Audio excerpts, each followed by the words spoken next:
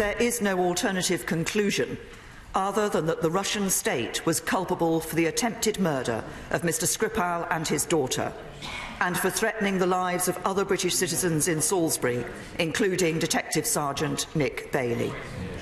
This represents an unlawful use of force by the Russian state against the United Kingdom.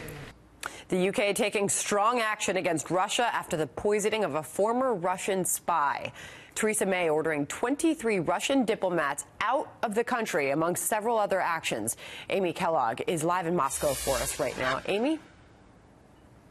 Hi, we're just getting some first reaction, Sandra, here from the Russian capital. Sergei Kislyak, remember him? He was the ambassador to the United States until a short while ago. He is now on the Duma's Foreign Affairs Committee. He's saying that the UK will, quote, feel the responsibility for its actions. Now, of course, Russia has been defiant. As you will remember, Theresa May, the British Prime Minister, gave President Putin until midnight last night to come up with an explanation for what happened to Sergei Skripal.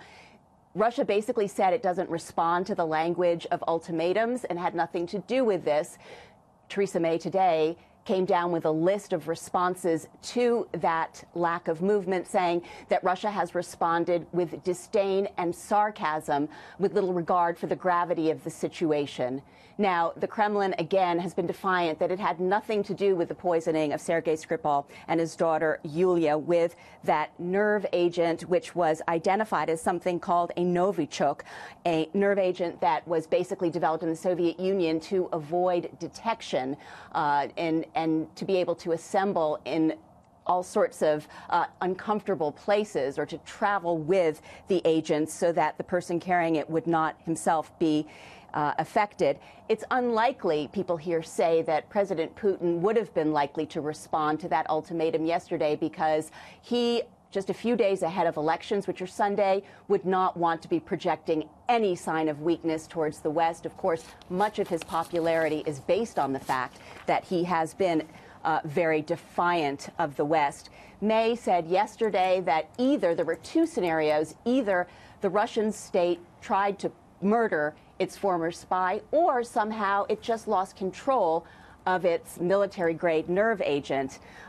Russia initially replied it needed a sample of this nerve agent in order to understand what had happened, and it needed some time per the Chemical Weapons Convention. Deadline slipped. Theresa May, the British Prime Minister, took action just a very short while ago. The headline out of her speech was that 23 Russian diplomats will be expelled from London. Those are people who are believed to be undeclared intelligence agents. She also said that there will be more scrutiny of Russians entering the United Kingdom.